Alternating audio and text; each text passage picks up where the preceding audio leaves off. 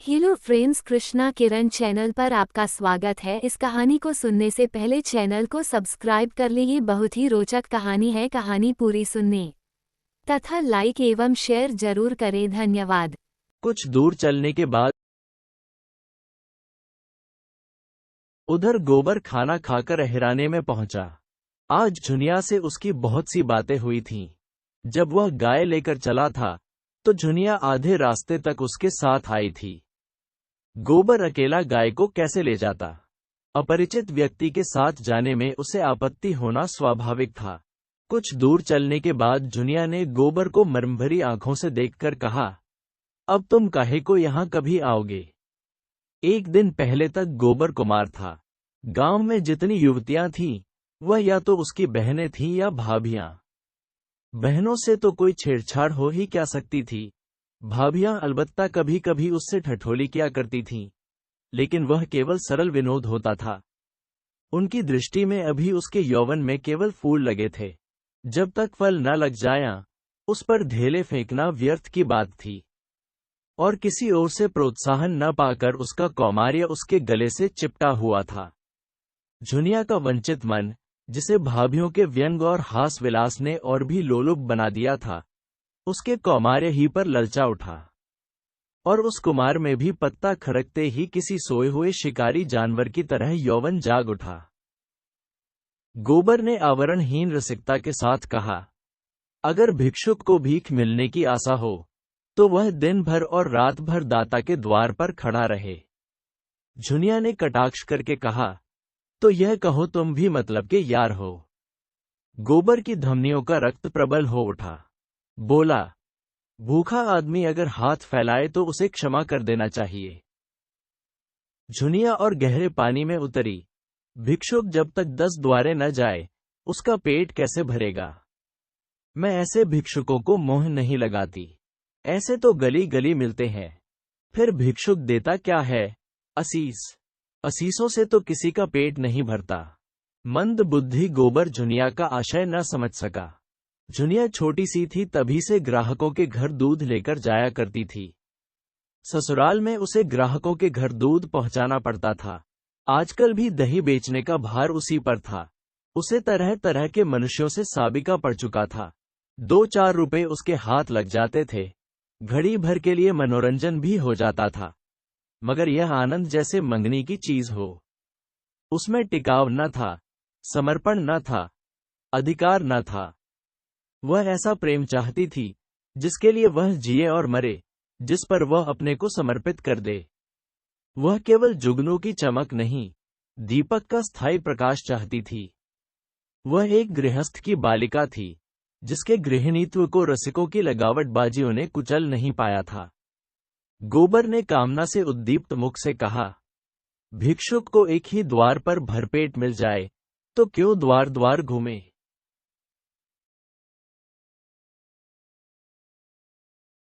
झुनिया ने सदैव भाव से उसकी ओर ताका।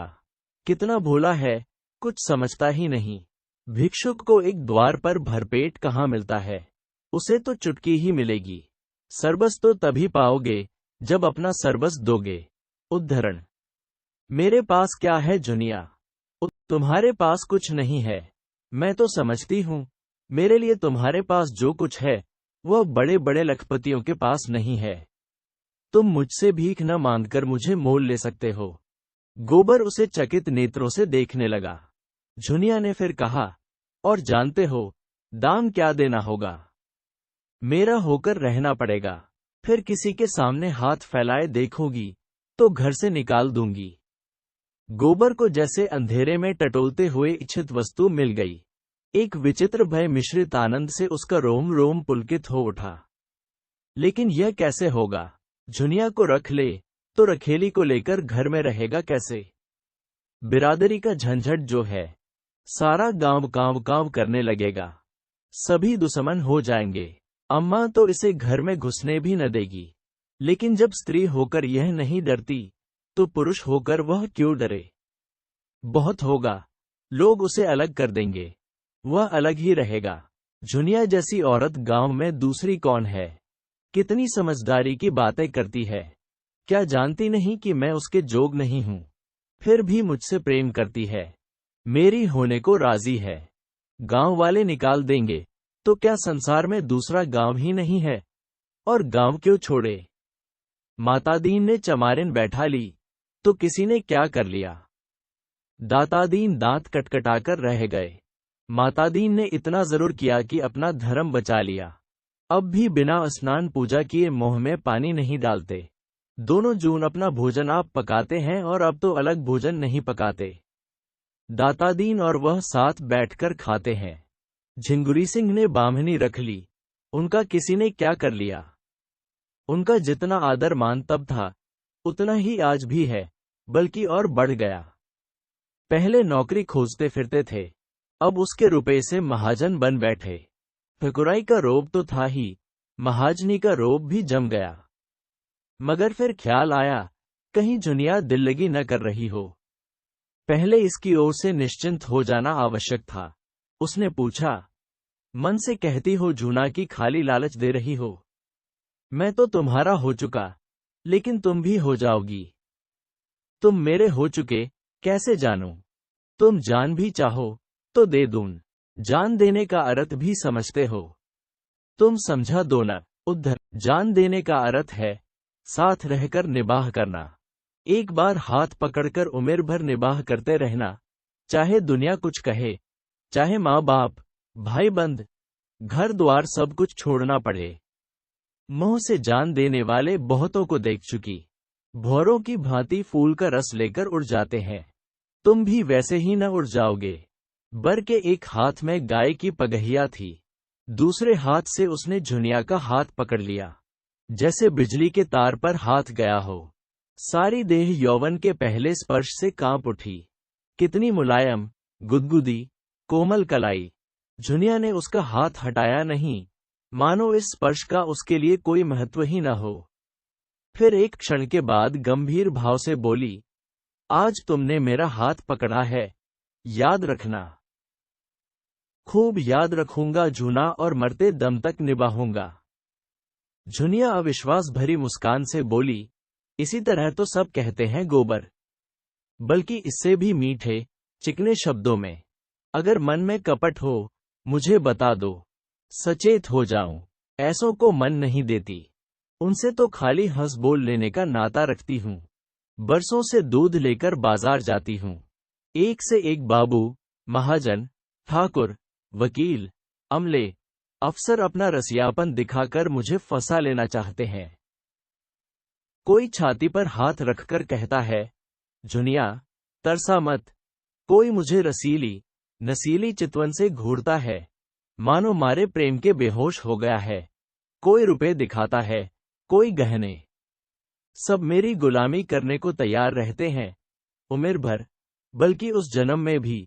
लेकिन मैं उन सबों की नस पहचानती हूं। सब के सब भौरे रस लेकर उड़ जाने वाले। मैं भी उन्हें ललचाती हूं, तिरछी नजरों से देखती हूं, मुस्कुराती हूं। सब मुझे गधी बनाते हैं, मैं उन्हें उल्लू बनाती हूं। मैं मर जाऊं तो उनकी आंखों में आंसू ना आएगा। वह मर जाया तो मैं कहूंगी, अच्छा हुआ निगोड़ा मर गया। मैं तो जिसकी हो जाऊंगी उसकी जन्म भर के लिए हो जाऊंगी। सुख में, दुख में, संपत में, विपत में उसके साथ रहूंगी।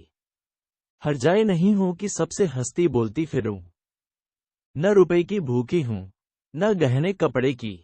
बस भले आदमी का संग चाहती हूं, जो मुझे अपना समझे और जिसे मैं भी अपना समझूं।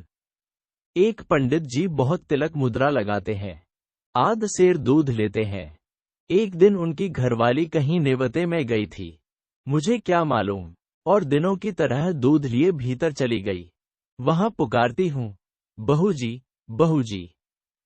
कोई बोलता ही नहीं। इतने में देखती हूं तो पंडित जी बाहर के किवाड़ बंद किए चले आ रहे हैं। मैं समझ गई इसकी नीयत खराब है। मैंने डांट कर पूछा, तुमने किवाड़ क्यों बंद कर लिए? क्या बहूजी कहीं गई हैं? घर में सन्नाटा क्यों है?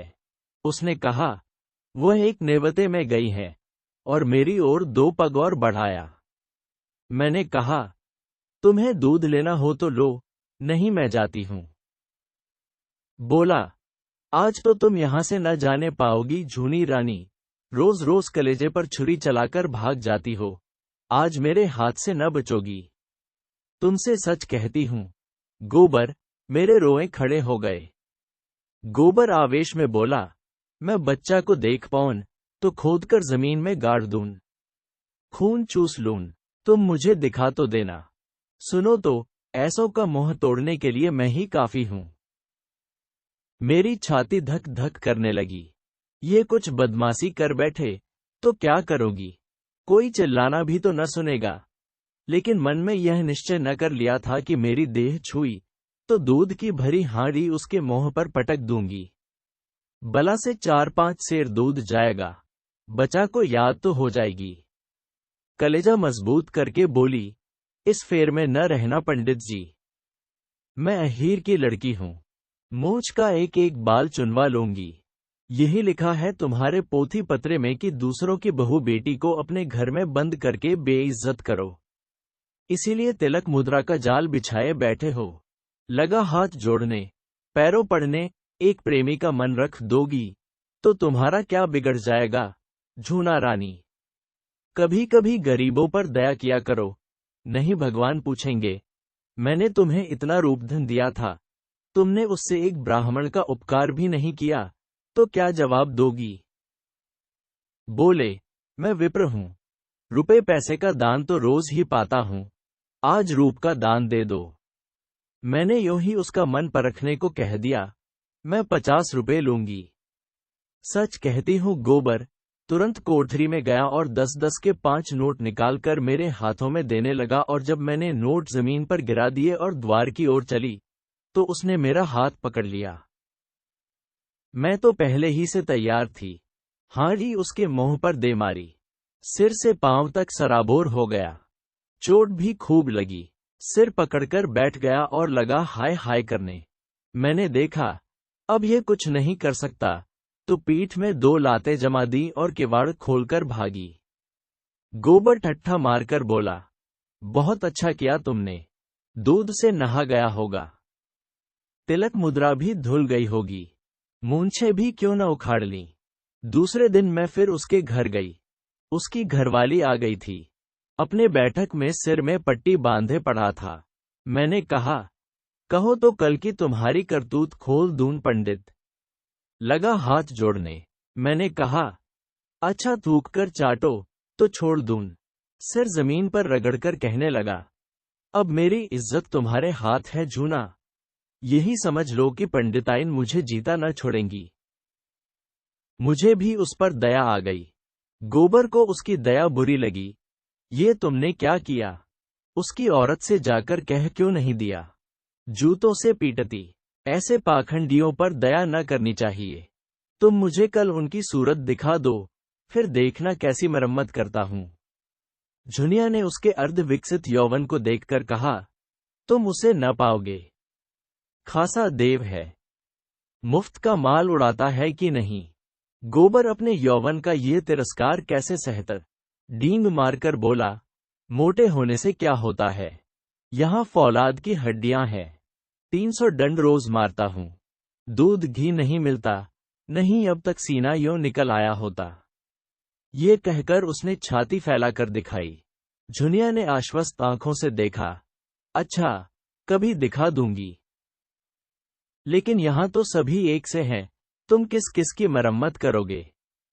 न जाने मर्दों की क्या आदत है कि जहां कोई जवान सुंदर औरत देखी और बस लगे घूरने, छाती पीटने। और यह जो बड़े आदमी कहलाते हैं, ये तो निरे लंपट होते हैं। फिर मैं तो कोई सुंदरी नहीं हूं। गोबर ने आपत्ति की, तुम्हें देखकर तो यही जी चाहता है कि कलेजे में बिठा लें। झुनिया ने उसकी पीठ में हल्का सा घूंसा जमाया। लगे औरों की तरह तुम भी चापलूसी करने। मैं जैसी कुछ हूं, वह मैं जानती हूं, मगर इन लोगों को तो जवान मिल जाए, घड़ी भर मन बहलाने को और क्या चाहिए। गुण तो आदमी उसमें देखता है जिसके साथ जन्म भर निबाह करना हो।